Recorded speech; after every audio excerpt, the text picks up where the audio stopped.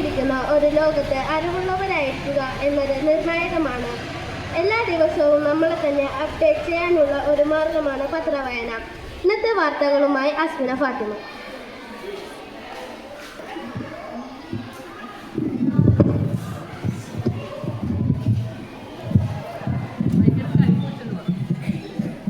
നമസ്കാരം. വാർത്തകൾ വായിക്കുന്നത് 7Aയിൽ നിന്നും അസ്മിന ഫാത്തിമ.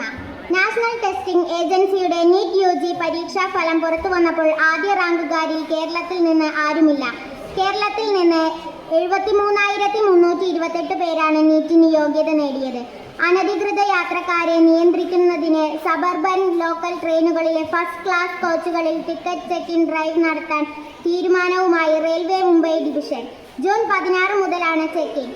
രാജ്യത്ത് കോവിഡ് കേസുകൾ ഉയരുന്നു. ഇതുവരെ 7,400 സജീവ കേസുകളാണ് റിപ്പോർട്ട് ചെയ്തിരിക്കുന്നത്.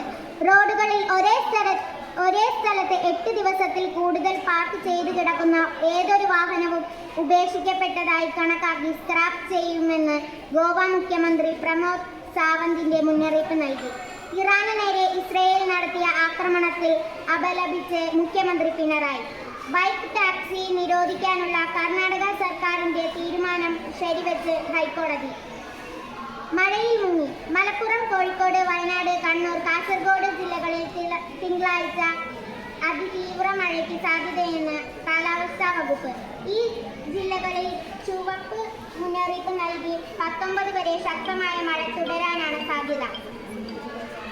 സംസ്ഥാനത്തുടനീളമുള്ള സുരക്ഷിതവും അനുയോജ്യവുമായ രക്തയൂണിറ്റുകളുടെ ലഭ്യതയെക്കുറിച്ചുള്ള തത്സമയ വിവരങ്ങൾ അറിയാനായി കേന്ദ്രീകൃത software blood bank traceability application സജ്ജമാക്കുന്നു. ഇസ്രയേലിനെതിരായ പ്രത്യാക്രമണത്തിന്റെ ഭാഗമായി തന്ത്രപ്രധാനമായ